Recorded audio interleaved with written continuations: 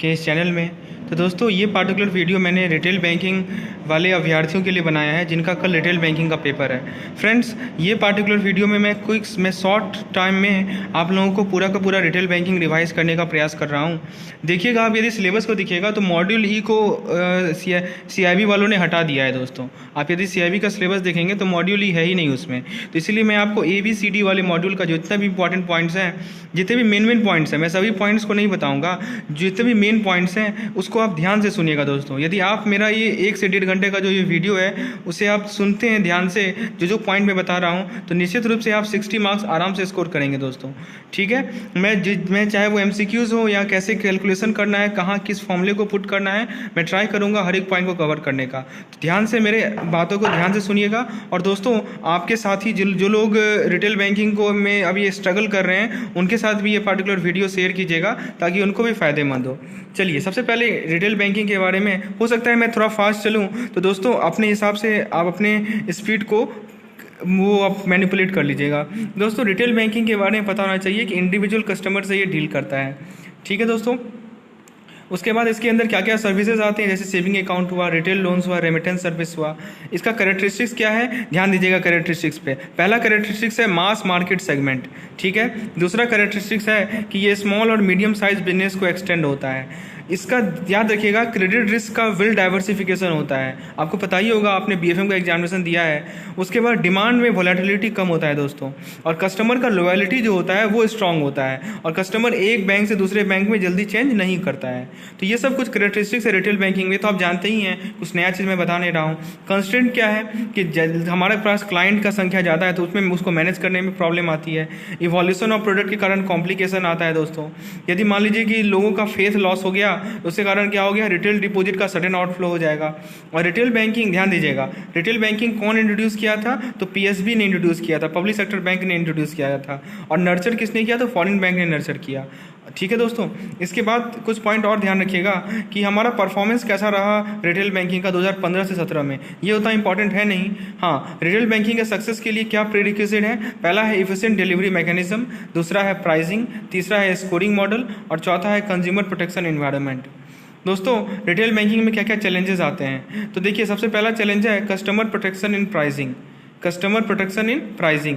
दूसरा चैलेंज है understanding of KYC oblique AML issue. तो कस्टमर प्रोटेक्शन इन प्राइसिंग पहला इशू है। उसके बाद मैनेजिंग रिस्क और कंटिन्यूइंग ग्रोथ।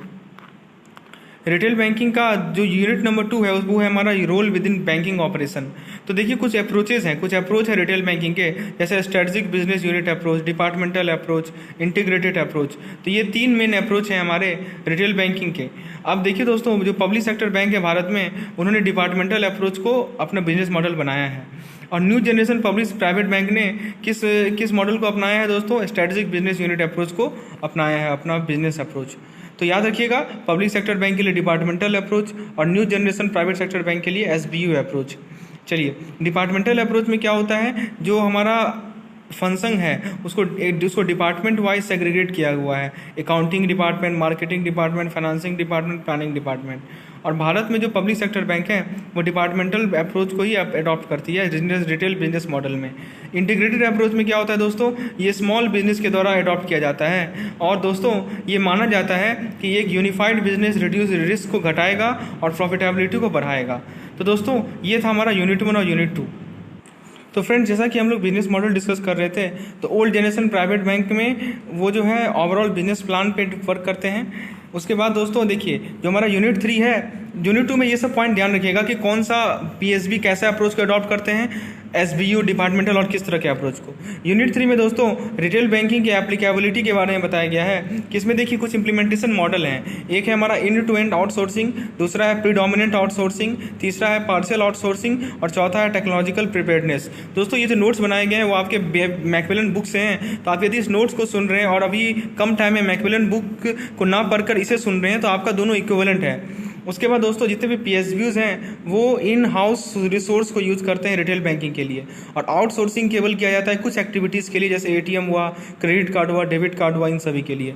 जो ओल्ड प्राइवेट सेक्टर बैंक्स हैं उनके केस में क्या होता है, वो भी एक्टिविटीज़ को कैरी आउट करते हैं इन हाउस रिसोर्स के थ्रू ही ओनली। ध्यान दीजिएगा, PSB हो या ओल्ड प्राइवेट सेक्टर बैंक हो, उनके लिए इन हाउस रिसोर्स ठीक है। और जो new generation private sector bank है उनका जो मॉडल होता है वो बैलेंस मिक्सचर होता है, आउटसोर्सिंग का भी होता है और इन हाउस का भी होता है।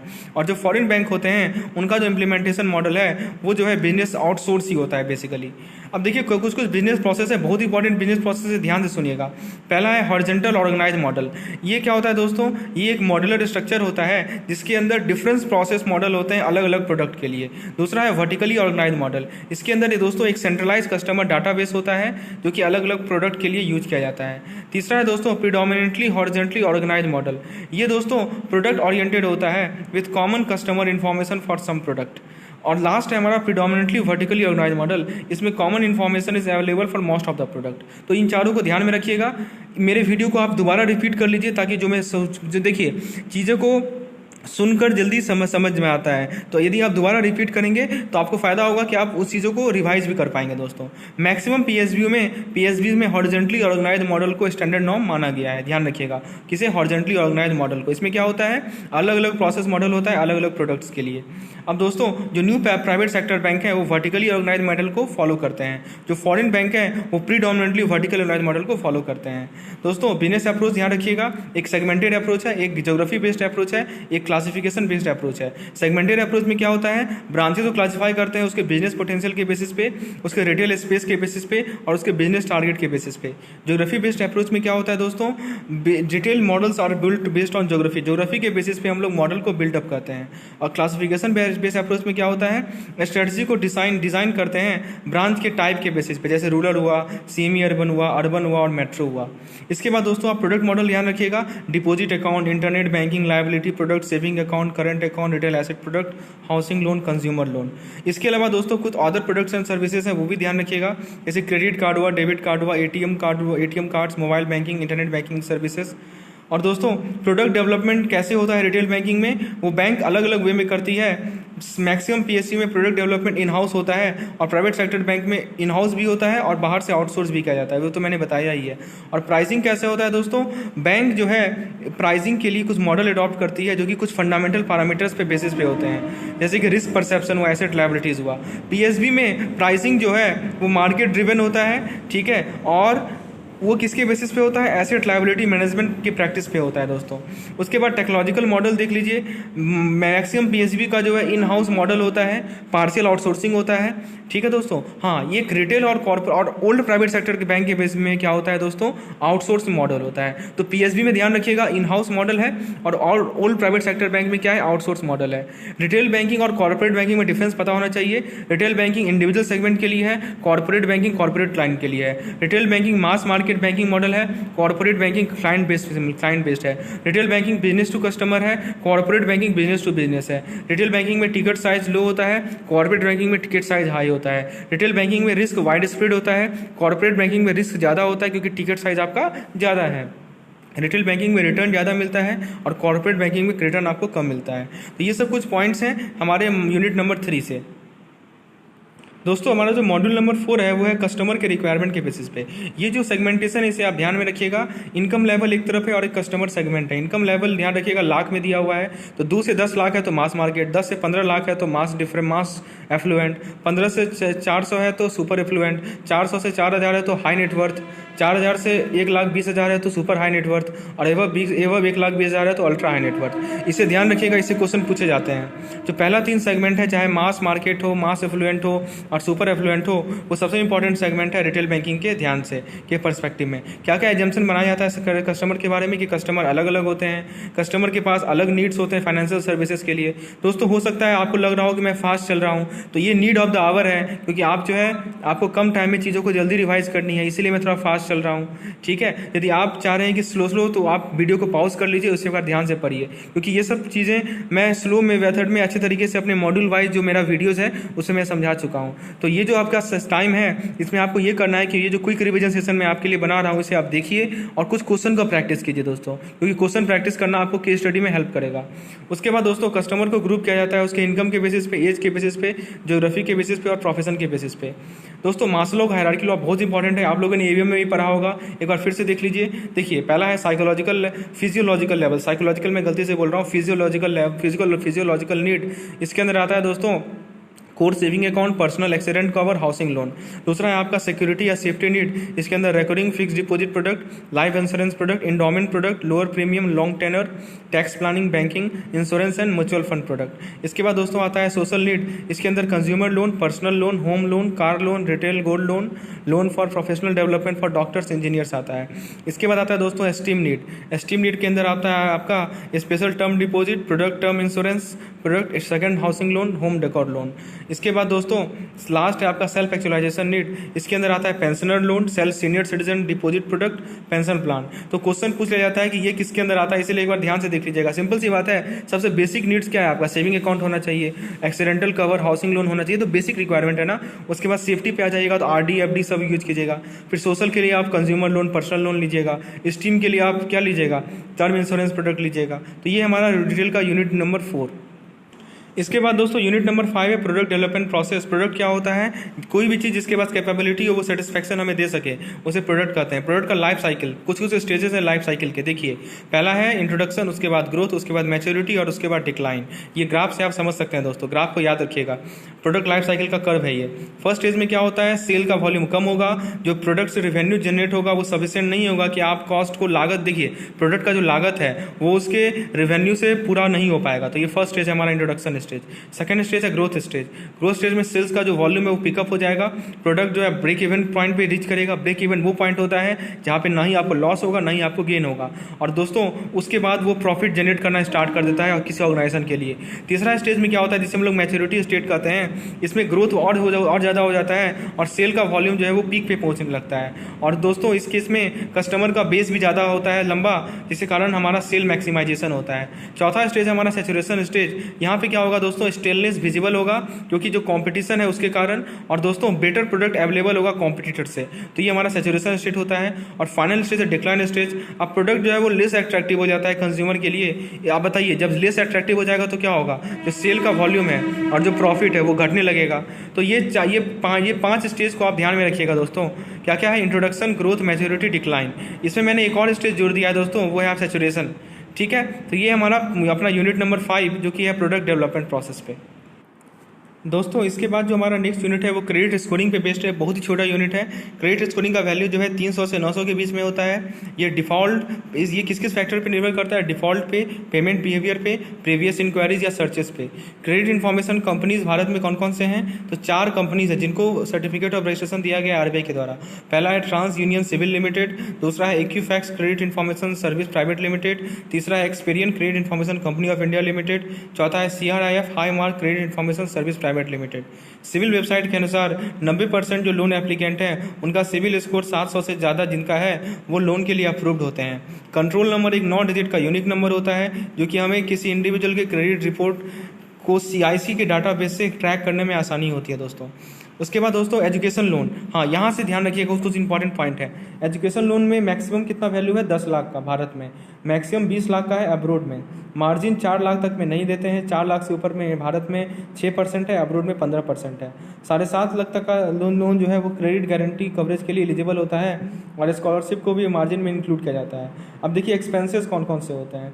ट्रैवल एक्सपेंस दोस्तों इसे केस स्टडी पूछा जाता है, इसलिए ध्यान से सुनिएगा। एजुकेशन लोन का ये पार्टिकुलर सेगमेंट में केस स्टडी आता है। तो ट्रैवल एक्सपेंस में ध्यान रखिएगा, travel expense oblique money for study abroad में मैक्सिमम 1 वे मिलता है। Caution deposit, building fund, refundable deposit में ट्यूशन फी का 10% से ज़्यादा नहीं होना चाहिए। Purchase of book, equipment, uniform project में एक रिलायबल असेसमेंट किया जाता है बैंक के द्वारा, और तब जो है 20% मैक्सिमम टोटल ट्यूशन फी का फिक्स किया जाता है दोस्तों। इसके बाद दोस्तों सिक्योरिटी याद रखिएगा, 4 लाख तक कोई सिक्योरिटी नहीं लेना है और पेरेंट जो है वो जॉइंट बॉरोवर होंगे।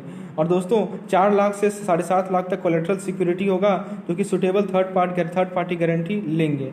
However third party guarantee will be waived if loan is eligible for credit guarantee coverage.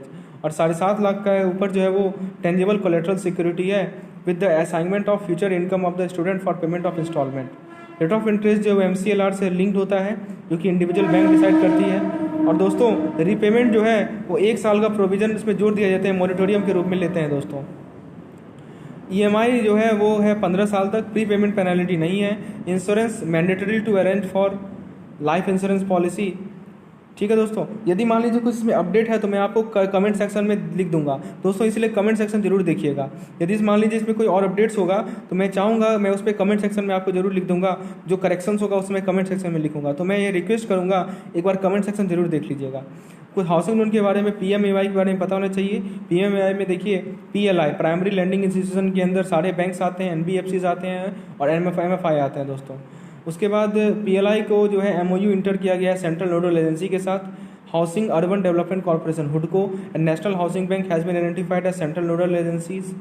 उसके बाद दोस्तों पर्सनल लोन पर्सनल गारंटी से बैक्ड होते हैं। एडवांस इसमें डिमांड लोन, टर्म लोन और ओवरड्राफ्ट आते हैं।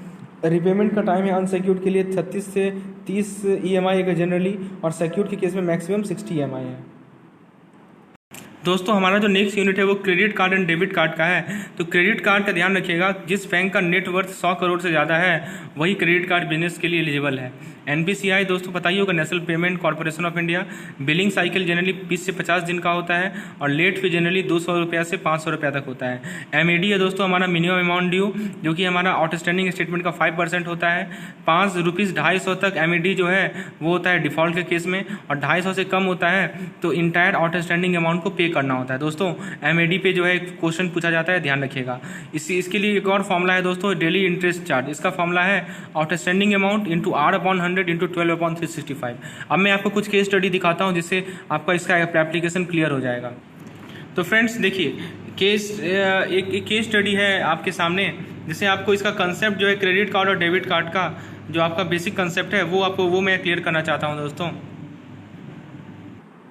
अब देखिए दोस्तों, जैसे इस क्वेश्चन में कहा गया है कि मिस्टर एक्स के पास क्रेडिट कार्ड है XYZ बैंक का, और उसका क्रेडिट लिमिट दे रखा है 5 लाख। बिलिंग डेट दे रखा है हर एक महीना का 5 तारीख को, और मैक्सिमम इंटरेस्ट फ्री पीरियड है 20 दिन का। रेट ऑफ इंटरेस्ट जो है वो 3% पर महीना है। तो कुछ क्वेश्चन का आंसर देना है। मिस्टर एक्स ने क्या किया, ऑनलाइन 3 लाख रुपये का एक परचेज किया क्रेडिट कार्ड के द्वारा। कब किया, तो 4 मई 2019 को किया। 28 दिन के बाद उसने पूरे के पूरे आउटस्टैंडिंग अमाउंट को पे कर दिया ब्याज सहित। तो उसको कितना इंटरेस्ट पे करना पड़ा मिस्टर एक्स को। तो दोस्तों खुद सोचिए, बहुत सिंपल सा कंसेप्ट। अभी जो आपको मैंने तरीका बताया था, फॉर्मूला बताया था, बस उसी को यूज़ करना है दोस्तों। प्रिंसिपल कितना है हमारा, 3 लाख है, ठीक है। अब ये बताइए कि हमारा जो यहाँ पे रेट ऑफ इंटरेस्ट है वो कितना है आपका, 3% पर मंथ है। उसे आप ईयर में कन्वर्ट कर लीजिए तो 36% पर ईयर हो जाएगा, ठीक है दोस्तों। तो 36 हो गया। अब वो जो है पर ईयर, और इसको इंटू 28/365 भी तो करना पड़ेगा, तभी तो ईयर में कन्वर्ट होगा। समझ रहे हैं बात को। चलिए, तो basically P into R into T/100 यही तो होता है सिंपल इंटरेस्ट निकालने का फॉर्मूला। तो आप इसको निकाल लीजिए। अब पेमेंट जो है वो कब किया जा रहा है, इंटरेस्ट फ्री पीरियड के बाद किया जा रहा है। देखिए कब क्रेडिट कार्ड का कब ऑनलाइन परचेज किया था, 4 मई 2019 को किया था, ठीक है। और 28 दिन के बाद जो है वो इंटायर आउटस्टैंडिंग अमाउंट को ब्याज सहित लौटा रहा है, लेकिन मैक्सिमम इंटरेस्ट फ्री पीरियड जो है वो 20 दिन का ही है। समझ रहे हैं बात को। तो पेमेंट जो है इंटरेस्ट फ्री पीरियड के बाद किया जा रहा है। तो जब आप पेमेंट इंटरेस्ट फ्री पीरियड के बाद कीजिएगा तो इंटरेस्ट जो है बिलिंग डेट से ही लिया जाएगा, ध्यान रखिएगा। ऐसा नहीं कि 8 दिन का लीजिएगा, पूरे के पूरे 28 दिन का लीजिएगा, इसलिए 28 को मैंने यहाँ पे लिखा है। तो दोस्तों आप कैलकुलेट खुद कर सकते हैं इसे। उसके बाद देखिए दोस्तों, उसी क्वेश्चन का सेकंड पार्ट है कि मिस्टर एक्स ने ऑनलाइन खरीदा 50 लाख है ये क्रेडिट कार्ड का इतना तारीख को। 41 दिन के बाद उसने सारे के सारे आउटस्टैंडिंग अमाउंट को ब्याज सहित चुका दिया। तो कितना इंटरेस्ट उसने पे किया, फिर से देखिए यहाँ 41 दिन के बाद चुकाया है दोस्तों। तो देखिए 2 अप्रैल से 5 मई कब किया था, कब इसका बिलिंग डेट है, सॉरी गलती से यहाँ 2 लिखा हुआ, ये 12 अप्रैल है। समझिए दोस्तों, ये 12 अप्रैल है। तो 12 अप्रैल से 5 मई जो बिलिंग डेट है वो 23 दिन हो गया, ठीक है। और 20 दिन का ब्याज रहित पीरियड है, यानी 43 दिन, और उसने 41 दिन के अंदर ही पैसा चुका दिया। तो दोस्तों उससे कोई ब्याज तो देना नहीं पड़ेगा। समझ रहे हैं। फिर से देखिए, परचेज डेट है 12 अप्रैल, तो बिलिंग जो है वो 5 मई को हो जाएगा, और प्लस 20 दिन का इंटरेस्ट फ्री पीरियड है, तो कुल मिलाकर 43 दिन है उसके पास, और उसने इंटायर ड्यू 41 दिन के अंदर कर दिया, तो कोई उसे ब्याज देना नहीं पड़ेगा। उसके बाद दोस्तों एनुअल परसेंटेज रेट पूछा गया है और एनुअल इफेक्टिव रेट पूछा गया है। तो दोस्तों इसका फॉर्मूला आप लोग याद रखिएगा कि इफेक्टिव रेट तो 1 + R/m to the power MT-1, ठीक है। ये तो फॉर्मूला आप लोगों ने BFM AVM में ही पढ़ा होगा, इफेक्टिव इंटरेस्ट रेट का फॉर्मूला, ठीक है दोस्तों। इसमें आपको R की जगह क्या पुट करना है, तो R की जगह आपको 0.36 पुट करना है। M क्या है दोस्तों, नंबर ऑफ कंपाउंडिंग पीरियड है, तो इस केस में मंथ पेज है तो 12 होगा, ठीक है। और MT हो गया 12 × 1, क्योंकि 1 साल का है। तो आप इससे निकालेंगे तो आपको आंसर मिल जाएगा 0.4257। इसके बाद दोस्तों क्वेश्चन नंबर 4 में पूछा गया है कि मिस्टर एक्स ने ऑनलाइन 4,000 रुपये का प्रोडक्ट परचेज किया है क्रेडिट कार्ड के द्वारा 4 मई 2019 को। तो मिनिमम पेमेंट मिस्टर एक्स को कितना करना पड़ेगा ड्यू डेट से पहले, ताकि वो पेनल्टी को अवॉइड कर ले। तो देखिए दोस्तों यहाँ पे एमएडी का कंसेप्ट आता है। तो देखिए दोस्तों अभी आपको मैंने एमएडी का कंसेप्ट बताया था। या तो 5% का मैक्सिमम ऑन आउटस्टैंडिंग, ध्यान दीजिएगा, जो आउटस्टैंडिंग है उस पर 5%, यही होता है मैक्सिमम अमाउंट ड्यू, ठीक है। या तो और जो आउटस्टैंडिंग अमाउंट है उसका 5% दो, यानी तो 250 दो, इसमें जो भी मैक्सिमम है वो देना है।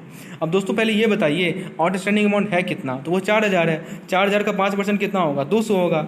अब बताइए 200 बड़ा है कि 250 बड़ा है, ऑब्वियसली बात है 250 बड़ा है, तो दोस्तों इसीलिए 250 हमारा आंसर होगा। यदि मान लीजिए 4,000 की जगह हमारा अमाउंट ड्यू 6,000 होता, तो आप क्या करते कि 6,000 का 5% निकालते, जो कि कितना होता बताइए। 6,000 का 10% होता है 600, 5% होता है 300। तो दोस्तों 300 उस केस में आंसर होता है आपका। समझ रहे हैं बात को। चलिए मिनिमम अमाउंट, मैं गलती से मैक्सिमम बोल रहा हूँ, मिनिमम अमाउंट ड्यू, एमएडी होता है हमारा मिनिमम अमाउंट ड्यू। दोस्तों इसके बाद एक और केस स्टडी है। तो दोस्तों सेम केस स्टडी है, तो उम्मीद है दोस्तों इससे कंसेप्ट आपका क्लियर हो गया होगा। चलिए आगे बढ़ते हैं हम लोग नेक्स्ट यूनिट पे। इसके बाद जो हमारा नेक्स्ट यूनिट है, यूनिट नंबर 9, इस पर रेमिटेंस प्रोडक्ट है दोस्तों। Cheque, demand draft, bank order, telegraphic transfer, ये सब कुछ रेमिटेंस प्रोडक्ट के एग्जांपल हैं। और दोस्तों retail, electronic and card based payment registered a quantum jump, obviously बात है आरटीजीएस नेफ्ट आ गया इस कारण से। नेफ्ट के बारे में बताना चाहिए, नेफ्ट में कौन कौन से पार्टीज होते हैं, sending bank, sending service centre, NEFT clearing centre, receiving service centre और बेनिफिशियरी ब्रांच, ठीक है। आरटीजीएस में कौन कौन से होते हैं, वो इंस्टेंटेनियसली आपका प्रोसेस होता है। रेमिटेंस जो है डायनेमिक बेसिस पे क्रेडिट होता है, और सेटलमेंट भी डायनेमिक बेसिस पे होता है। दोस्तों ये याद रखिएगा, आरटीजीएस के द्वारा जो ट्रांजेक्शन होते हैं वो inter bank transaction, customer payment transaction और डिलीवरी वर्सेस पेमेंट ट्रांजेक्शन होते हैं। ईसीएस के बारे में पता होना चाहिए, इलेक्ट्रॉनिक क्लियरिंग सर्विसेज, ये एक मैकेनिज्म है जिसके थ्रू पेमेंट जो है किसी डिजायर्ड बेनिफिशियरी को किसी पीरियडिकल बेसिस पे दे सकते हैं हम लोग ईसीएस के थ्रू। दोस्तों उसके बाद कुछ क्वेश्चंस हैं, तो ये तो आप लोगों ने वहाँ देख ही लिया होगा मेरे इस पार्टिकुलर वीडियोस में, तो उसे मैं यहाँ पे कवर नहीं कर रहा हूँ। उसके बाद दोस्तों जो हमारा यूनिट 10 है वो है मार्केटिंग एंड रिटेल बैंकिंग। तो इसको बैंक मार्केटिंग को डिफाइन किया जाता है, it is defined as a criteria and delivery of customer satisfying services at profit to the bank. इसके अंदर दोस्तों याद रखिएगा बहुत इंपॉर्टेंट पॉइंट है, प्रोडक्ट क्या होता है, set of benefit offer to a customer based on need of customer. Customer के नीड के बेसिस पे आप क्या क्या बेनिफिट उसे देते हैं, ये प्रोडक्ट होता है। उसके बाद प्राइस दोस्तों ट्रांजेक्शन कॉस्ट जो कि कस्टमर या बैंकर ने बॉन्ड करते हैं उसे प्राइस कहते हैं। उसके बाद दोस्तों प्रमोशन बेसिकली एफर्ट होता है बैंक का कि हम कस्टमर तक पहुंच जाएं। इसके बाद दोस्तों आता है प्लेस बेसिकली वो लोकेशन होता है जहां पे बैंक जो है अपने प्रोडक्ट सर्विसेज को ऑफर करती है। उसके बाद दोस्तों आता है पीपल जो है जो प्रोडक्ट बैंक के द्वारा डेवलप किया गया है वो कस्टमर की नीड पे होना चाहिए, पीपल। इसके बाद process, product development, product structuring and delivery stage, ये प्रोसेस के पार्ट्स होते हैं। उसके बाद है दोस्तों फिजिकल एविडेंस, इसमें हम लोग टेंजिबिलिटी डेवलप करते हैं किस चीज़ के लिए, इंटेंजिबिलिटी कंसेप्ट ऑफ बैंकिंग के लिए। कुछ चैनल हैं जो एक मीडियम्स की तरह काम करते हैं रिटेल बैंकिंग प्रोडक्ट के लिए। तो डिलीवरी चैनल दो तरह के होते हैं, एक होते हैं फिजिकल चैनल और एक होते हैं रिमोट चैनल। मार्केटिंग प्रोडक्ट के अंदर कौन कौन से स्टेजेस आते हैं, marketing analysis, marketing planning, marketing implementation और marketing control. Marketing implementation answer करता है कि who, where, when and how, ठीक है। तो दोस्तों ये था हमारा यूनिट नंबर 10। दोस्तों वो जो 7P का कंसेप्ट है उसको मैंने याद करने के लिए एक ट्रिक बनाया है जिसको आप लोग यूज कर सकते हैं। देखिए क्वेश्चन इस प्रकार से आ सकता है, कौन सा इसमें से फंडामेंटल इंग्रेडिएंट मार्केटिंग मिक्स का नहीं है। याद रखिएगा, इस लाइन को याद कीजिए, product get price after promotion in different place and people process the physical evidence of product. ये बेसिकली एक लाइन है जिसको आप लोग 2-3 बार पढ़िएगा तो याद हो जाएगा। इससे फ़ायदा ये होगा कि आपको क्वेश्चन में जानबूझकर कुछ नया लिख देगा, प्रॉफिट लिख देगा, तो वो कंफ्यूज करना चाहता है। तो आपको ये 7P जो है वो पता होना चाहिए कि 7P कौन कौन से आते हैं दोस्तों। जो हमारा यूनिट 11 है वो डिलीवरी चैनल पे है। तो दोस्तों मैंने पहले ही बता दिया है, डिलीवरी चैनल दो तरह के होते हैं, फिजिकल चैनल और electronic and remote channel. Physical के अंदर ब्रांच और एक्सटेंशन काउंटर आते हैं, इलेक्ट्रॉनिक एंड रिमोट चैनल के अंदर ATM, internet banking, mobile banking आते हैं। ब्रांच बेसिकली प्राइमरी या डायरेक्ट चैनल है, इसके अंदर branch layout, ambience. Extension counter क्या होता है दोस्तों, ब्रांच का एक्सटेंसर जो कि स्पेसिफिक लोकेशन में खोला जाता है उसे एक्सटेंशन काउंटर कहते हैं। एक होता है हमारा एटीएम। दोस्तों एटीएम में on site ATM, of site ATM पता ही होगा आपको।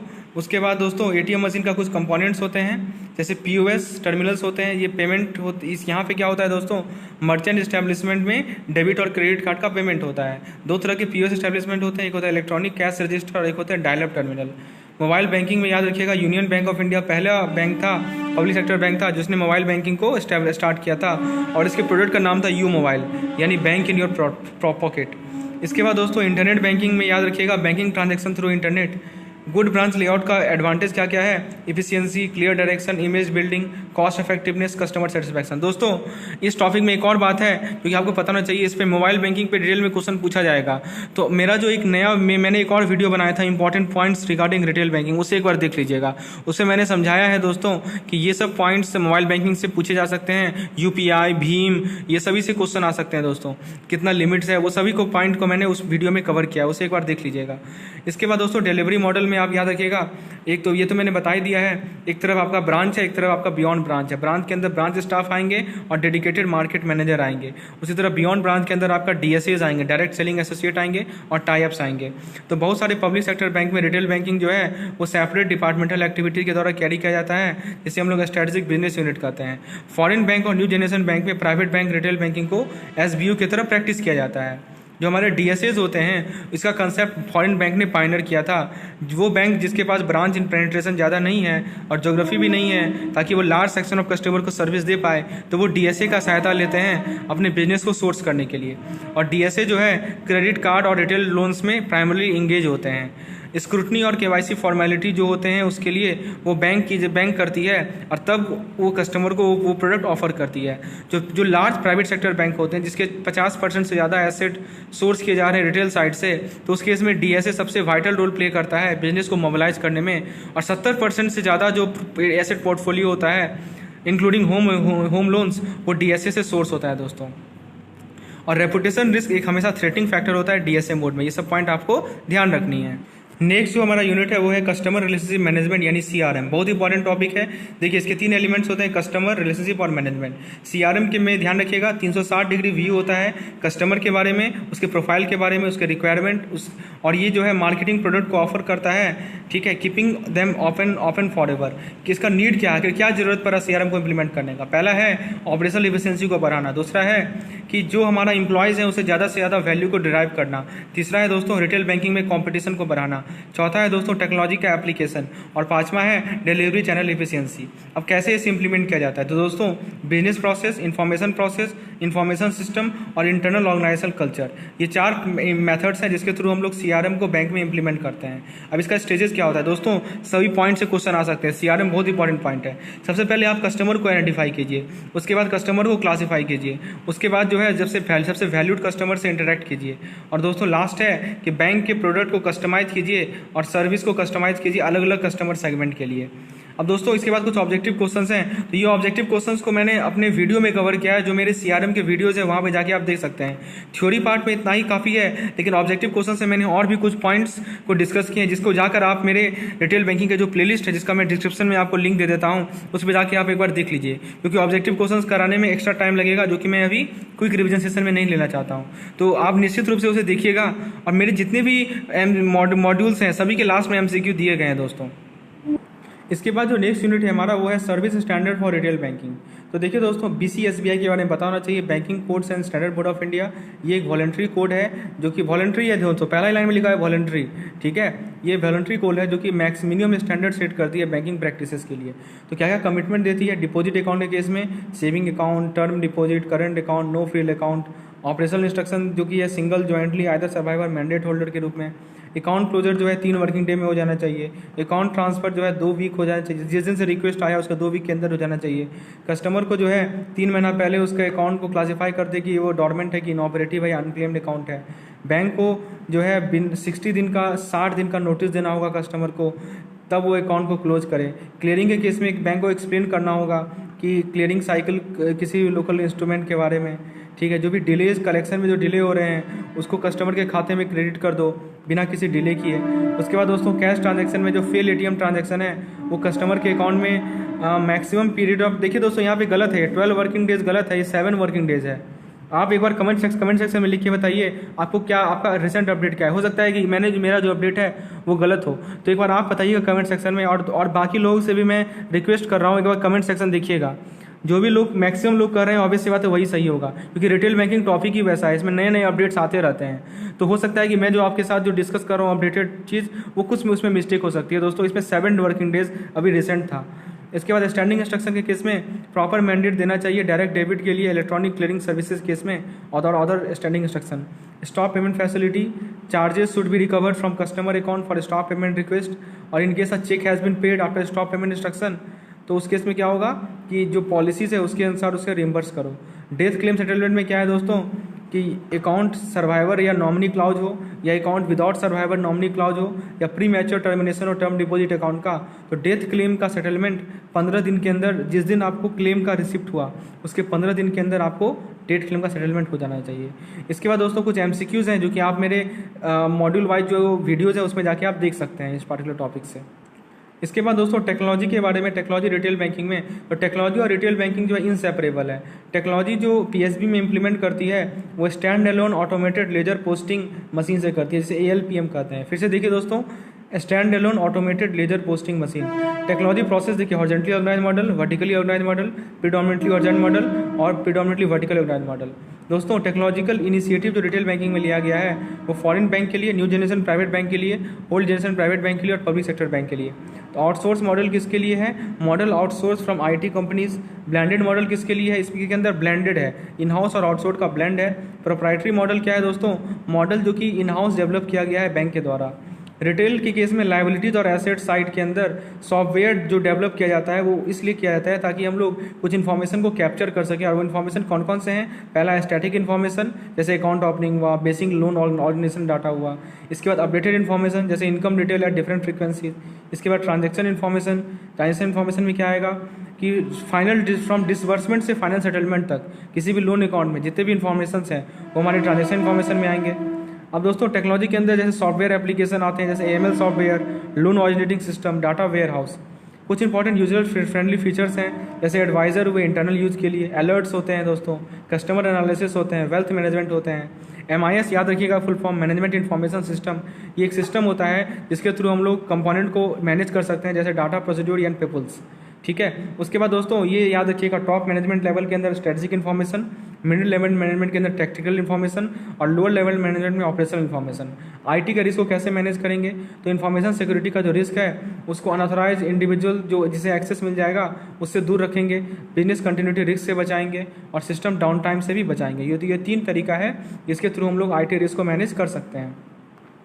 तो ये उसके बाद कुछ MCQs हैं जो कि आप मेरे मॉड्यूल में जाके देख सकते हैं। ये है हमारा यूनिट नंबर 15। इसके बाद दोस्तों रिकवरी ऑफ रिटेल लोन एक टॉपिक है। तो डिपॉजिट बैंक के लिए लायबिलिटीज़ होते हैं और लोन जो है उनके लिए एसेट होते हैं। डिपॉजिट को क्लासीफाई किया जाता है जेन्युइन डिफॉल्ट, देखिए जेन्युइन में, डिफॉल्ट में एंड विलफुल डिफॉल्ट में, 2 तरह के डिफॉल्ट होते हैं, genuine default and wilful default. तो जेन्युइन डिफॉल्ट का मतलब क्या हुआ? जॉब लॉस के कारण जेन्युइन हुआ, यानी तो मेडिकल एक्सपेंस के कारण जो ये डिफॉल्ट हो रहा है तो जेन्युइन डिफॉल्ट है। और विलफुल डिफॉल्ट क्या है? जानबूझकर कस्टमर ने डिफॉल्ट कर रहा है तो वो हमारा विलफुल डिफॉल्ट है। अब देखिए गाइडलाइंस क्या है, पहले बोरोवर को नोटिस दो, उसके बाद उसके सिक्योरिटी को रिपोजिशन करो, उसके बाद उसके प्रॉपर्टी का वैल्यूएशन करो और सेल करो, और बोरोवर को एक अपॉर्चुनिटी दो कि वो सिक्योरिटी को टेक बैक कर ले। बैंक के पास रिकवरिंग एजेंट होते हैं जो ओवर ड्यू एसेट डेप्ट है बोरोवर से उसको रिकवर करने के लिए। दोस्तों रिकवरी को हम लोग लोक अदालत, डेप्ट रिकवरी ट्रिब्यूनल और सारफेसी एक्ट से कर सकते हैं। दोस्तों तीनों बहुत इंपॉर्टेंट है, लोक अदालत, सारफेसी एक्ट और डेप्ट ट्रिब्यूनल। मेरा जो एक वीडियो है क्विक रिवीजन सेशन का उसमें मैंने तीनों को कवर किया, उसे एक बार देख लीजिएगा। उसमें लिमिट से पूछा जाएगा, इससे बहुत इंपॉर्टेंट क्वेश्चन है दोस्तों, मैं ट्राई करूंगा अभी कवर करने का, लेकिन उसे एक बार देख लीजिएगा। दोस्तों यहाँ पे मिनिमम आवर्स, हाउस मैंने गलती से लिखा है दोस्तों, हाउस नहीं आवर्स है। मिनिमम 100 घंटे का ट्रेनिंग के अंदर रिकवरी एजेंट को दिया जाना चाहिए। 100 घंटे का ट्रेनिंग रिकवरी एजेंट को दिया जाना चाहिए।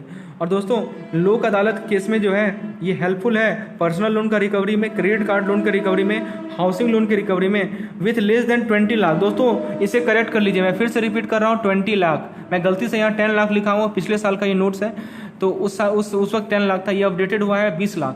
तो याद रखिएगा, मैं फिर से रिपीट कर रहा हूँ, लोक अदालत के केस में 20 लाख। ठीक है, सारफेसी एक्ट जो है बेसिकली एक अल्टरनेटिव मेथड प्रोवाइड करती है एनपीए की रिकवरी के लिए, जिसका नाम ही है सिक्योरिटाइजेशन एंड एसेट रिकंस्ट्रक्शन। ठीक है, होम लोन ऑफर किया जाता है 2 प्राइस फॉर्मेट में, एक होता है फिक्स्ड प्राइसिंग और एक होता है वेरिएबल प्राइसिंग।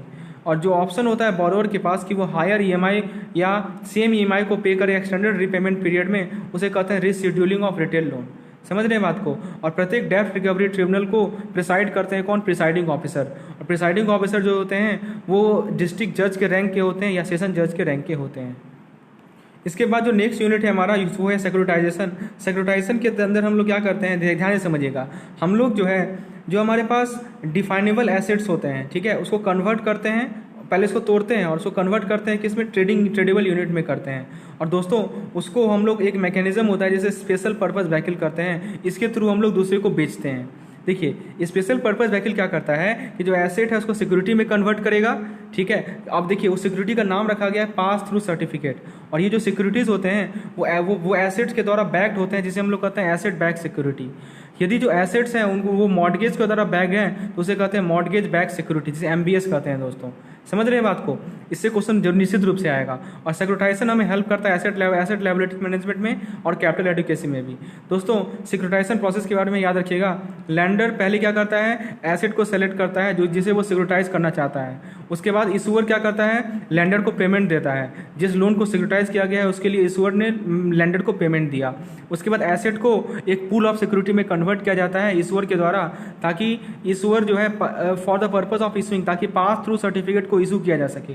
और फिर वो PTC को पास थ्रू सर्टिफिकेट को सोल्ड किया जाएगा दूसरे इन्वेस्टर को जो कि इन्वेस्ट करने में इच्छुक हैं।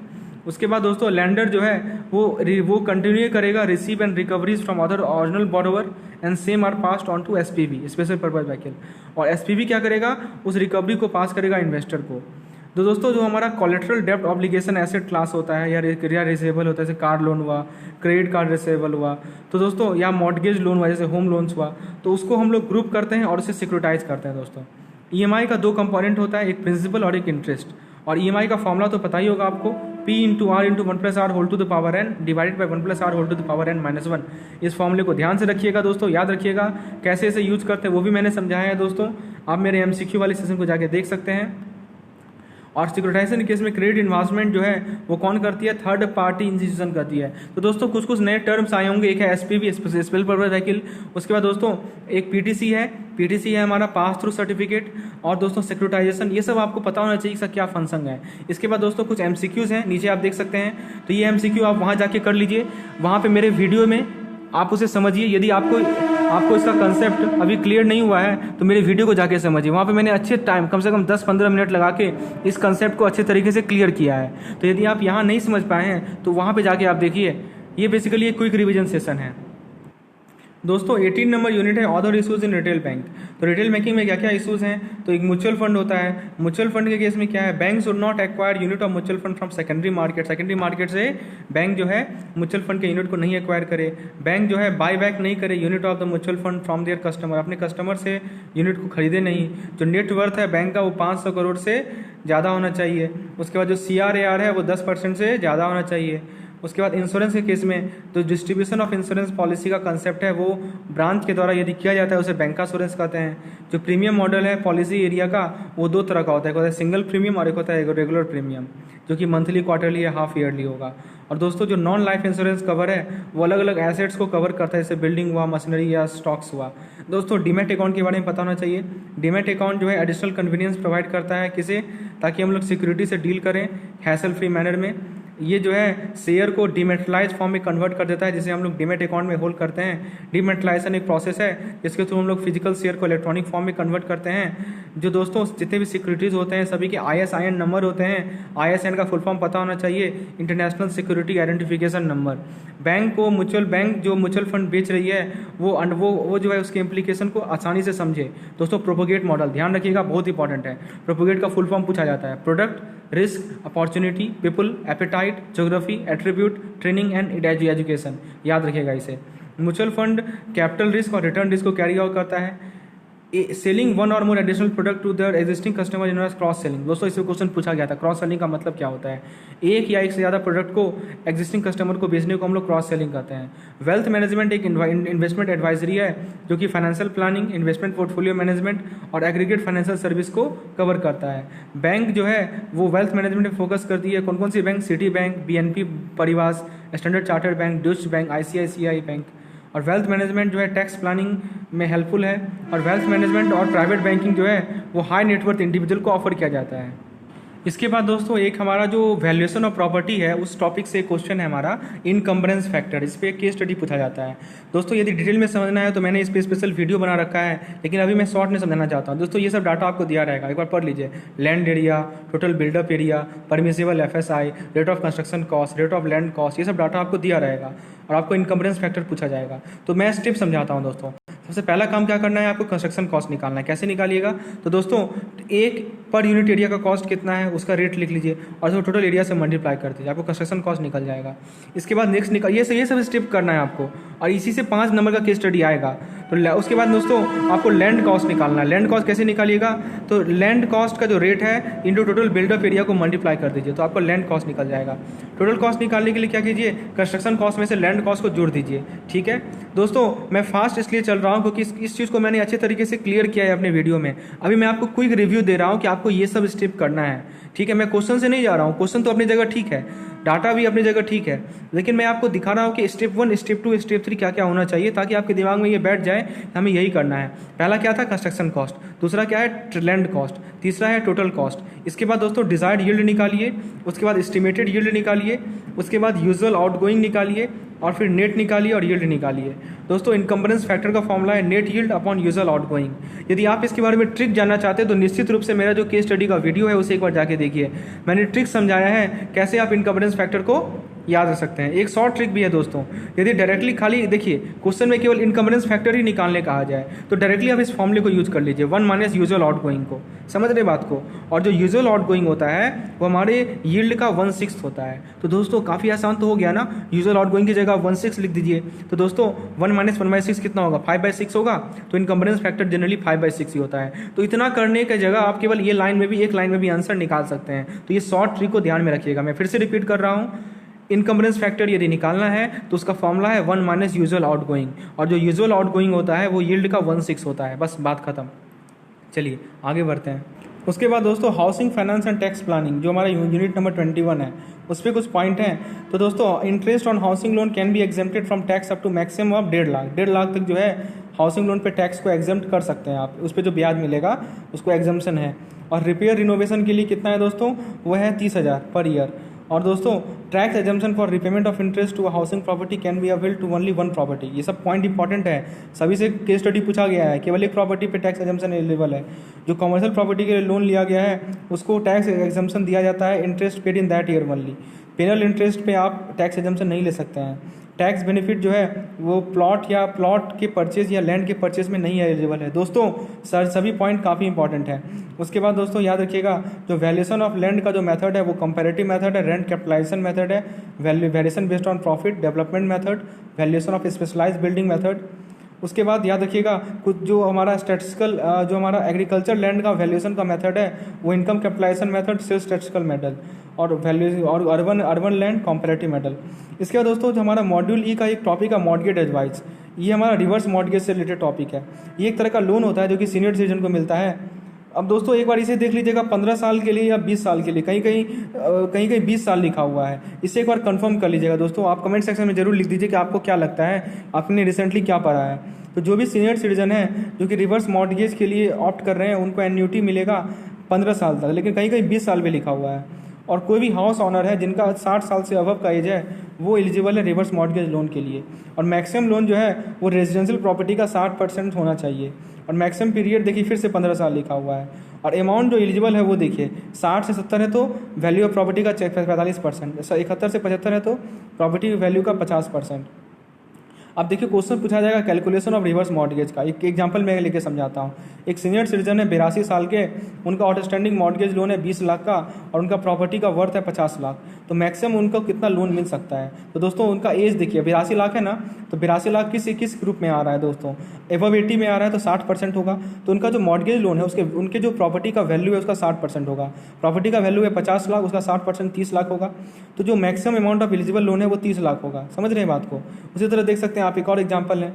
तो इसका जो हमारा जो पीरियोडिक पेमेंट, ध्यान दीजिए, जो रिवर्स मॉर्गेज लोन में जो पीरियोडिक पेमेंट होगा उसका जो फॉर्मूला है वो आपके सामने है। Instalment amount is equal to PV times LTVR into I upon 1 plus I whole to the power n minus 1। PV क्या है हमारा, प्रॉपर्टी वैल्यू, LTVR क्या है हमारा, loan to value ratio, n क्या है हमारा, number of instalment payment, I क्या है हमारा, value of I depend on disbursement frequency selected. आप देख सकते हैं एक एग्जाम्पल है जिससे आपको चीज़ें क्लियर हो जाएंगी। देखिए मिस्टर एक्स एक सीनियर सिटीजन है, उनके पास कोई इनकम नहीं है लेकिन उनके पास घर है, तो वो डिसाइड किए कि रिवर्स मॉर्गेज लोन अपने डेली मेडिकल एक्सपेंसेस के लिए ले रहे हैं। अब उनके पास कुछ डाटा है, प्रॉपर्टी का वैल्यू है 85 लाख, लोन पीरियड है 15 साल, लोन सैंक्शन जो है 70% ऑफ प्रॉपर्टी वैल्यू है और इंटरेस्ट रेट है 9%। तो दोस्तों पीवी देखिए 85 लाख है, LTVR 70% है, एन देखिए एन है नंबर ऑफ कंपाउंडिंग फ्रीक्वेंसी यानी 180 महीना। इंटरेस्ट जो है देखिए पहले एक बार चीज़ क्लियर कर लीजिए, आप पहले ये फिक्स कर लीजिए कि आप एनुअली निकालना चाह रहे हैं या मंथली निकालना चाह रहे हैं। जैसा निकालना चाह रहे हैं वैसा आप कन्वर्जन कर लीजिए। तो ये 9% है वो पर एनम है, उसको मंथ बेसिस पे करने के लिए हम लोग 12 से क्या करेंगे मल्टीप्लाई। तो दोस्तों आपको वैल्यू में पुट करना है तो आपको आंसर मिल जाएगा 15,724, यानी 15,724 का इंस्टॉलमेंट अमाउंट उन्हें मंथली पे करना होगा। तो ये हमारा ये जो क्वेश्चन है इससे आपको क्लियर हो गया होगा कि कैसे आप जो आपका आएगा क्वेश्चन रिवर्स मॉर्गेज लोन का उससे कैसे डील कीजिएगा। दोस्तों इसके बाद एटीएम के बारे में देख लीजिए। ऑन साइट एटीएम बैंक के अंदर, ऑफ साइट एटीएम बैंक के बाहर, white level ATM NBFC, green level ATM agriculture transaction, orange level ATM share transaction, yellow level ATM e commerce, pink level ATM women banking, brown level ATM कुछ hardware. हाँ देखिए वो होता है where hardware and the lease of ATM machine is on by service provider but cash management and connectivity to bank network is provided by sponsor bank. समझ रहे हैं दोस्तों, ये इंपॉर्टेंट पॉइंट है। EMI का फॉर्मूला देखिए लिखा हुआ है, आप देख सकते हैं। उसके बाद दोस्तों एजुकेशन लोन पे मैंने समझा ही दिया है कि कॉशन मनी जो है ट्यूशन फी का 10% मैक्सिमम होगा, ठीक है, मैक्सिमम 10%। यदि कॉशन मनी यदि निकालने का आ जाए तो ये ट्यूशन फी का 10% या जो एक्चुअल है जो भी कम है वो, ठीक है। और दोस्तों एजुकेशन लोन जो कि बुक इक्विपमेंट के लिए दिया जाता है वो ट्यूशन फी का 20% या एक्चुअल जो भी कम हो, ठीक है। और ये तो मैंने बता ही दिया। ये सब इस पार्टिकुलर केस स्टडी को आप मेरे प्रीवियस ईयर क्वेश्चन में जाके देख सकते हैं। ये सब क्वेश्चन पिछले का पूछा गया है। CI का फुल फॉर्म याद रखिएगा, कॉन्फिडेंशियलिटी इंटीग्रिटी मैनेजमेंट। दोस्तों PMSBY में याद रखिए 12 रुपया पर एनम का आपका प्रीमियम होता है। 18 से 70 साल का एज ग्रुप के लिए ये मिलता है। और कवरेज है डिसेबिलिटी, देखिए एक्सीडेंट डेथ कम डिसेबिलिटी कवरेज है 2 लाख का, और यदि पार्शियल परमानेंट डिसेबिलिटी है तो 1 लाख का कवरेज है, ठीक है दोस्तों। इसके बाद CRM को मैंने बता ही दिया है। उसके बाद दोस्तों कुछ पॉइंट है, ये तो मैंने बता ही दिया है। हाँ ये याद रखिएगा, जो हाउसिंग लोन पे ब्याज होता है वो मैक्सिमम 1.5 लाख तक का क्लेम कर सकते हैं अपने डिडक्शन IT एक्ट में। लेकिन जो एग्जांपल जो मैंने दिया था उसमें 2 प्रॉपर्टीज़ थे, लेकिन डिडक्शन जो है परमिसिबल होता है केवल 1 प्रॉपर्टी में, मैंने बताया है, ठीक है। तो ये सब पॉइंट ध्यान रखिएगा। और दोस्तों ये कुछ पॉइंट है जो कि आप देख लीजिएगा होम लोन के केस में। First occupied home loan, first room, इससे एक बार स्क्रीनशॉट ले लीजिए और इसे एक बार पढ़ लीजिए। मैंने समझाया भी अपने वीडियो में कितना टैक्स डिडक्शन होता है, इस पर क्वेश्चन पूछा जाता है। इसको मैंने चार्ट वे में एकदम आसानी से समझाया दोस्तों, इसका एक बार ले लीजिए। हो सकता है कि ये अपडेटेड ही है, आप एक बार पढ़िए। यदि आपको लग रहा है कि इसमें कुछ यदि रेक्टिफिकेशन की आवश्यकता है तो कमेंट सेक्शन में बताइएगा दोस्तों। इसके बाद जो टॉपिक है जैसे केस स्टडी पूछा जाएगा वो है कैपिटल गेन। तो कैपिटल गेन के बारे में डिटेल में मैंने समझाया है, उतना डिटेल में मैं नहीं बताने वाला हूँ। तो एक होता है LTCG long term capital gain, और एक होता है दोस्तों हमारा STCG short term capital gain, ठीक है दोस्तों। ये सब मैंने डिटेल में समझाया है। तो देखिए यहाँ पे देखिए इसे केस स्टडी 5 मार्क्स का आएगा, ठीक है। जैसे देखिए एक बिजनेसमैन है, उसने एक बॉन्ड परचेज किया 20 लाख का और उसने बेच दिया 85 लाख पे 2016 में, और उसने 40 लाख फरवरी 2012 में इन्वेस्ट किया। इंडेक्स दिया हुआ है, आप देख सकते हैं। तो इंडेक्स कॉस्ट ऑफ एक्विजिशन निकालना है दोस्तों। तो दोस्तों इंडेक्स कॉस्ट ऑफ एक्विजिशन का फॉर्मूला है, ऊपर आप 20 लाख लिखेंगे, ठीक है, और नीचे लिखेंगे आप 852 देखिए इंडेक्स वैल्यू है, ठीक है, और इंटू 1125। उसके बाद दोस्तों लॉन्ग टर्म कैपिटल गेन का फॉर्मूला आपको पूछेगा। कुछ फॉर्मूले हैं जो कि मैंने यहाँ पे लिख दिए हैं दोस्तों, इस फॉर्मूले को एक बार स्क्रीनशॉट ले लीजिए और नोट कर लीजिए। शॉर्ट टर्म कैपिटल गेन का फॉर्मूला है sale price minus cost of acquisition plus cost of improvement plus cost of transfer. LTCG का फॉर्मूला है sale price minus index cost of acquisition plus index cost of improvement plus cost of transfer. और index cost का formula है cost incurred into CI of year of transfer divided by CI of year of acquisition of improvement. दोस्तों यही 3 फॉर्मूले को मैंने इस question में यूज किया है। और यदि आप इसके बारे में डिटेल में जानना चाहते हैं तो आप मेरी रिटेल बैंकिंग के प्लेलिस्ट में चले जाइए, वहाँ पे एक केस स्टडी मैंने सॉल्व करके अच्छे तरीके से समझाया, एक पॉइंट को समझाया है, इन सभी चीज़ों को मैंने समझाया है दोस्तों। तो आप उससे जाके वहाँ पे समझ सकते हैं। मैंने ट्रिक भी समझाया है कैसे आप उसे याद रख सकते हैं। तो बेसिकली इस वीडियो में मैं आपको ये बता रहा हूँ कि किसी टॉपिक को आप इसको करके ही जाइए यदि 60 मार्क्स आप स्कोर करना चाहते हैं तो। समझ रहे हैं, लास्ट ईयर मैंने भी 1 दिन का प्रिपरेशन किया था अच्छे तरीके से और मुझे भी 60 मार्क्स आए थे, तो समझ सकते हैं। और आपको मैं ये नोट्स प्रोवाइड कर रहा हूँ जो कि आपको हेल्पफुल होगी दोस्तों। दोस्तों इसके बाद एक जो टॉपिक है वो डेप्रिसिएशन का है। WDV पता होगा आपको, रिटर्न डाउन वैल्यू मेथड। आप देख सकते हैं इस क्वेश्चन को, बहुत ही आसान है। रिटर्न डाउन वैल्यू मेथड क्या करना है, जैसे कार का कॉस्ट 3 लाख दिया हुआ है, डेप्रिसिएशन रेट 10% दिया हुआ है, तो पहले साल का डेप्रिसिएशन निकाल लीजिए। फिर देखिए, समझिए बात को, फिर सब्ट्रैक्ट कर लीजिए। जैसे 30 लाख था ना, सॉरी 3 लाख था, तो 3 लाख में से 30,000 घटाइएगा तो कितना होगा, 2,70,000 होगा। फिर उसका 10% निकालिए, 10% कितना हो जाएगा, 27,000। वो आपका सेकंड ईयर का डेप्रिसिएशन होगा। फिर उसमें से आप 27,000 माइनस कीजिए, किसमें से, 2,70,000 से, कितना मिलेगा, 2,43,000। फिर उसमें 10% निकालिए, कितना हो जाएगा, 24,300। वो आपका थर्ड ईयर डेप्रिसिएशन हो गया। तो दोस्तों फिर क्या कीजिए, जो पहले साल का डेप्रिसिएशन कितना है, 30,000, फिर दूसरे साल का कितना है, 27,000, फिर तीसरे साल का कितना है, 24,300, सभी को जोड़ लीजिए तो आपको वो जो है, और यदि थर्ड, तो टोटल डेप्रिसिएशन आप निकाल सकते हैं, वो आपका कितना मिल जाएगा, 81,300। और जो फाइनल वैल्यू मिलेगा वो मिलेगा 3 लाख माइनस 81,300, यानी 2,18,700। ठीक है दोस्तों, वो आप देख लीजिएगा। इसके बाद दोस्तों एक पॉइंट याद रखिएगा कि जो मैक्सिमम टैक्स डिडक्शन होता है ATC के अंदर, प्रिंसिपल पे होता है 1.5 लाख का इच जॉइंट ऑनर के लिए, और सेक्शन 24 बताता है कि जो मैक्सिमम टैक्स डिडक्शन होता है वो इच जॉइंट ऑनर के लिए 2 लाख होता है। इस केस स्टडी को आप देख सकते हैं, इसको मैंने अपने प्रीवियस ईयर क्वेश्चन में एक्सप्लेन किया है, रिवेट पे का कंसेप्ट यही है दोस्तों। यहाँ पे देखिए मैंने समझाया है, देखिए डिडक्शन है, डिडक्शन एक कॉलम है डिडक्शन का, एक सेक्शन का और एक मैक्सिमम डिडक्शन। तो देखिए दोस्तों, प्रिंसिपल पे सेक्शन 80C के अंदर 1.5 लाख का मैक्सिमम डिडक्शन, इंटरेस्ट पे सेक्शन 24B के अंदर 2 लाख का डिडक्शन, इंटरेस्ट पे 80EE के अंदर 50,000 का डिडक्शन, और स्टाम्प ड्यूटी पे 1.5 लाख का डिडक्शन। तो ये सब पॉइंट ध्यान रखिएगा। और मैं फिर से कर रहा हूँ, एक बार कमेंट सेक्शन जरूर देख लीजिएगा, कुछ अपडेट होगा तो उसे मैं वहाँ पे क्लियर कर दूंगा। उसके बाद प्रायोरिटी ऑफ चार्ज तो आप लोग जानते ही होंगे, मॉर्टगेज के केस में क्या क्या प्रायोरिटी होता है, इसको एक बार देख लीजिएगा दोस्तों, इंपॉर्टेंट टॉपिक है। इसके बाद कुछ और पॉइंट्स हैं, अभी मैंने बताया था SBU होता है प्राइवेट और फॉरेन बैंक के लिए, डिपार्टमेंटल पब्लिक सेक्टर बैंक के लिए, integrated approach small old generation bank के लिए, हॉरिजॉन्टली ऑर्गेनाइज मॉडल, ये सब मैंने बता दिया है दोस्तों, ये सब देख लीजिएगा। ये भी मैंने बताया, income level, tangibility, physical side of service, reliability, promise service, responsiveness, willingness to help, assurance, security, courtesy, competence. दोस्तों अब्राहम मास्लो लॉ मैंने बताया था, ये आपको पता ही होगा। प्रोडक्ट लाइफ साइकिल मैंने बताया है, 5 तरह के होते हैं। स्टेजेस मैंने बताया है दोस्तों क्या क्या होते हैं। हाउसिंग लोन का ये याद रखिएगा, ये जो आपका अमाउंट, मार्जिन और LTV, ठीक है, इसको आई फाइन को देख लीजिएगा, कुछ फार्मूले हैं। और दोस्तों ये PMAY, प्रधानमंत्री Awas Yojana, EWS, MIG1, MIG2 के लिए, ये सब याद रखिएगा, बहुत इंपॉर्टेंट चीज़ है। इसको मैंने अच्छे तरीके से एक्सप्लेन भी किया था, इसे एक बार देख लीजिएगा। उसके बाद दोस्तों सिंकिंग फंड का फॉर्मूला याद रखिएगा। ये होता क्या है, बेसिकली ये वो फंड होता है जो कि हम लोग ओरिजिनल कैपिटल से रिकवर करने के लिए सेट अलग रखते हैं दोस्तों। इसका फॉर्मूला है future value divided by 1+r whole to the power n - 1 divided by r। n क्या है दोस्तों, n देखिए फॉर्मूला तो आप लोग रट लीजिएगा, लेकिन मेन होता है गलती क्या कि आपको पता ही नहीं रहता n क्या है, r क्या है। तो r है रेट पर पीरियड और n है हमारा number of payment period. Reverse moderate का फॉर्मूला मैंने बता ही दिया है। हाँ, डिप्रिसिएशन में 2 फॉर्मूला याद रखिएगा, स्ट्रेट लाइन का C - S/n, C है हमारा ओरिजिनल कॉस्ट, S है हमारा salvage value. Salvage value useful life के एंड में जो प्रॉपर्टी का वैल्यू होता है वो होता है। D है हमारा एनुअल डेप्रिसिएशन, N है हमारा ईयर। उसके बाद रिटर्न डाउन वैल्यू अभी मैंने बताया था, फॉर्मूला भी है C × 1 - p whole to the power n। उसके बाद दोस्तों मैंने MAD तो बता ही दिया, इसे याद रखिएगा। एनुअल इफेक्टिव रेट भी मैंने बता दिया। उसके बाद दोस्तों हाँ, कुछ कार्ड के बारे में, प्रीपेड इंस्ट्रूमेंट के बारे में याद रखिएगा दोस्तों, ये इंपॉर्टेंट है। मार्केटिंग प्लानिंग, ये सब मैंने बता दोस्तों, ये भी 7P बता दिया। ATM ट्रांजैक्शन में 3 ट्रांजैक्शन मेट्रो सिटी में 20 रुपया पर लगता है पर ट्रांजैक्शन, फ्री ट्रांजैक्शन के बाद। W वैल्यू मैंने बता दिया। स्टार 99 है आपका USSD है, अनस्ट्रक्चर्ड सप्लीमेंट्री सर्विस डाटा। इसके बाद दोस्तों प्रोपोगेट मैंने बताया, SGB sovereign gold bond, 1 gram gold और उसके मल्टीपल में इशू होता है। कैपिटल गेन मैंने बताया दोस्तों, LTCG, CT, हाँ देखिए STCG में याद रखिएगा, प्रॉपर्टी यदि 36 महीना से कम के लिए आप हेल्ड कर रहे हैं और उसे बेच रहे हैं तो STCG होता है, और 36 महीने से ज़्यादा होल्ड कर रहे हैं तो LTCG होता है। और दोस्तों फॉर्मूला तो मैंने बताया ही अभी। UTR जो है RTGS के केस में 22 कैरेक्टर का होता है, NEFT के केस में 16 कैरेक्टर का होता है, IFC 11 कैरेक्टर का होता है, ये आपको पता ही होगा। RTGS अच्छा दोस्तों, ये बैच के बारे में आप जरा कमेंट सेक्शन में बताइए मुझे। कुछ लोग कह रहे हैं कि बैच जो है वो 46 बैच है, एक बार बताइए कमेंट सेक्शन में एक्चुअल क्या है, क्योंकि ये हो सकता है कि इस पर आप लोग ज़्यादा अच्छे से, आप लोग अपडेटेड हैं, इस पर आप बता सकते हैं। एक बार कमेंट सेक्शन में बताइएगा कि आपके नेफ्ट के कितने पैचेज हैं। दोस्तों पारी पशु चार्ज क्या होता है, 2 या 2 से ज़्यादा बैंक जिसका मॉर्टगेज चार्ज सेम प्रॉपर्टी पे है तो उसे पारी पशु चार्ज कहते हैं दोस्तों।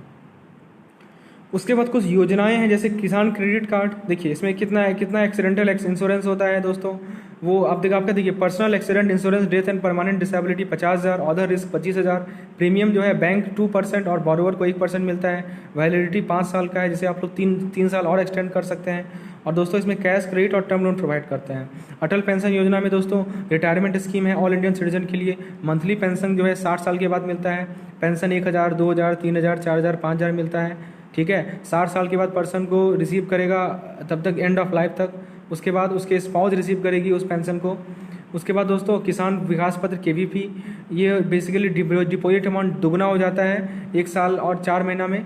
उसको डिसकंटिन्यू कर दिया गया था 2011 में, लेकिन रिलॉन्च किया गया 2014 में। टैक्स का कोई बेनिफिट नहीं होता है इसमें। ये एडल्ट परचेज कर सकता है ऑन बिहाफ ऑफ माइनर। दोस्तों बाई के केस में नो नीड सेविंग अकाउंट, और दोस्तों मैच्योरिटी केस में सेविंग अकाउंट की ज़रूरत होती है। मिनिमम 1,000 रुपया है, मैक्सिमम नो लिमिट है। इंटरेस्ट ईयरली कंपाउंड होता है। इसके बाद सीनियर सिटीजन सेविंग स्कीम है, 60 साल के ऊपर से वृद्ध लोग के लिए है। टैक्स बेनिफिट 1.5 लाख तक मिलता है। TDS, यदि इंटरेस्ट रेट सिर्फ 50,000 से ज़्यादा है तो TDS कटेगा। और इंडिविजुअल जो है जिसका 55 साल या उससे ज़्यादा है या 60 साल से कम है। उसके बाद दोस्तों गोल्ड मोनेटाइजेशन स्कीम, टैगलाइन है अर्न व्हाइल यू सिक्योर। दोस्तों मैं एक बार फिर से कर रहा हूँ, एक बार इसका रिसेंट देख लीजिएगा दोस्तों। ये जो है ये पिछले साल का है दोस्तों। एक बार आप इसका रिसेंट अपडेट देख लीजिएगा कि क्या अपडेट है। और दोस्तों जिन लोगों को पता है अपडेट, वो कृपया कर कमेंट सेक्शन में लिखने का प्रयास कीजिए, ताकि और लोगों को भी फायदा हो जाए। बेसिकली ये क्विक रिवीजन सेशन का यही पर्पस है कि आप लोग आपस में भी इंटरेक्ट कर पाएँ दोस्तों। ठीक है, तो गोल्ड मोनेटाइजेशन स्कीम में याद रखिएगा। और मैं फिर से रिक्वेस्ट कर रहा हूँ, एक बार करेक्शन को जरूर देख लीजिएगा। हो सकता है कुछ टॉपिक मैंने अपडेट नहीं किया है, तो वो आपके जो नॉलेज है उसकी बेसिस पे मैं फिर से एक बार रीचेक करूंगा और फिर मैं उसे अपडेट करके कमेंट सेक्शन में लिखूंगा। तो गोल्ड मोनेटाइजेशन स्कीम में क्या है, शॉर्ट टर्म 1 से 3 साल, मीडियम टर्म 5 से 7 साल, लॉन्ग टर्म 12 से 17 साल। मिनिमम है 30 ग्राम, मैक्सिमम कोई लिमिट नहीं है। Short term deposit rate bank decide करती है, medium long term rate central government decide करती है। उसके बाद सॉवरेन गोल्ड बॉन्ड में क्या रेट ऑफ इंटरेस्ट है, 2.5% per annum. Interest paid half yearly, issued in 1 gram of gold and multiple. Eligible investor individual HUF सब होते हैं। उसके बाद प्रोपोगेट तो मैंने बता ही दिया, मैस्लो हायरार्की में भी मैंने बता दिया। इसके बाद दोस्तों प्रधानमंत्री फसल बीमा योजना, ठीक है, कौन कौन सा क्रॉप है वो देख लीजिएगा इसमें। और देखिए खरीफ क्रॉप के लिए 2% है, और रबी फूड के लिए 1.5% है। एनुअल कमर्शियल हॉर्टिकल्चर क्रॉप के लिए 5% है। उसके बाद PMSBY तो मैंने बता ही दिया, 1 साल का एक्सीडेंटल डिसेबल कवरेज 2 लाख का है। यदि दोनों हाथ आँख सब गया है तो 2 लाख, 1 लाख यदि एक आँख सब गया है, जो पार्सल होता है। प्रीमियम 12 रुपीज़ का होता है। उसके बाद जीवन ज्योति बीमा योजना देख लीजिए, 1 साल का लाइफ इंश्योरेंस कवरेज है 2 लाख रुपया का। ठीक है, प्रीमियम है 330 रुपया पर ईयर पर पर्सन। एलिजिबिलिटी 18 से 50 साल। उसके बाद दोस्तों नेफ्ट बैचेस एक बार कंफर्म कर दीजिए कि 46 है कि 30 है। हाँ, भीम के बारे में देख लीजिए। भीम होता है दोस्तों, Bhim Bharat interface for money होता है, जिसका याद रखिएगा लिमिट, ट्रांजैक्शन लिमिट पूछा जाता है तो 20,000 पर ट्रांजैक्शन और 40,000 का पर दिन का लिमिट होता है। और USD में 5,000 का लिमिट होता है पर दिन का। भारत QR में 20 ट्रांजैक्शन पर दिन। IMPS का मैक्सिमम है एक ट्रांजैक्शन का लिमिट 2 लाख रुपया। ठीक है, ये सब पॉइंट याद रखिएगा दोस्तों। ये सब कुछ आपके क्वेश्चंस हैं जो कि एजुकेशन लोन, हाउसिंग लोन सब पे दिए गए थे दोस्तों, तो इसे एक बार देख लीजिएगा। एजुकेशन लोन, हाउसिंग लोन, ये सब मैंने कवर किया इस पर्टिकुलर PDF से। ठीक है, सब पे मैंने कुछ क्वेश्चंस बनाए थे। एजुकेशन लोन, PMJGY का, वो सब देख लीजिएगा। ये LTV रेशियो का कॉलम है, इसे एक बार देख लीजिएगा दोस्तों। उसके बाद ये सब मैंने क्लियर कर ही दिया है ऊपर, आप लोगों को कुछ अलग पॉइंट है नहीं वो बार बार। हाँ, लोक अदालत देख लीजिए, यहाँ पे लोक अदालत के बारे में लिखा गया है। तो लोक अदालत में देखिए अमाउंट जो है वो 20 लाख तक जो है नॉर्मल लोक अदालत, और उसके बाद 20 लाख के ऊपर DRT चला जाता है। ठीक है, NPA loss and doubtful account eligible होते हैं। फिर सुकन्या समृद्धि योजना देख लीजिए, तो योजना पे क्वेश्चन आते हैं दोस्तों। आप क्या कीजिए, वीडियो को पॉज कीजिए और इसके बाद पॉइंट पढ़ लीजिए, जो कि मैं पॉइंट नहीं बोल पा रहा हूँ। आप वीडियो को पॉज करके इसके बाद पढ़िए, ये सब अपडेटेड है दोस्तों, ये सब सारे के सारे अपडेटेड हैं। CRM के बेनिफिट, उसके बाद कुछ प्रोडक्ट के देख सकते हैं, ऑगमेंटेड प्रोडक्ट, ठीक है, जेनेरिक प्रोडक्ट, जेनेरिक प्रोडक्ट हमारा कोर प्रोडक्ट होता है। एक्सपेक्टेड प्रोडक्ट मतलब कि एडिशनल फीचर को ऐड कर रहे हैं। ऑगमेंटेड प्रोडक्ट में जो है जो फ्यूचर में वैल्यू ऐड करना। पोटेंशियल प्रोडक्ट में फ्यूचरिस्टिक फ्यूचर इन एंटिसिपेशन। ये 4 तरह के होते हैं। ये सब मैंने क्लियर कर ही दिया है आप लोगों को।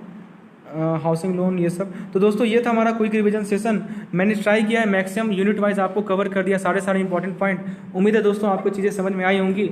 तो फ्रेंड्स इसे आप एक बार देख लीजिएगा, 2-3 बार रिवाइज कीजिए, निश्चित रूप से 50-60 मार्क्स तो आ ही जाएंगे। और फ्रेंड्स मेरे जो CIB रिटेल बैंकिंग के प्लेलिस्ट अवेलेबल है उसमें जाके आप MCQ कुछ कर लीजिए। हर एक वीडियो के लास्ट में MCQ दिया हुआ है। यदि आप केवल MCQ ही करना चाहते हैं तो लास्ट के 5-6 मिनट को सुन लीजिए, MCQ कवर हो जाएगा। और यदि आपको कुछ लगता है कुछ अपडेट है तो नीचे कमेंट सेक्शन में लिख दीजिए, और भी लोगों को हेल्पफुल हो जाएगा और भी लोगों को फ़ायदा हो जाएगा। कि कहीं भी यदि कुछ गलती हो तो उसे कमेंट सेक्शन में लिखिए, मैं उसे अपडेट कर दूंगा। होपफुली ये लेसन पसंद आया होगा, एक लाइक जरूर कर दीजिए, चैनल को सब्सक्राइब कीजिए और मैक्सिमम से मैक्सिमम शेयर कीजिए। धन्यवाद।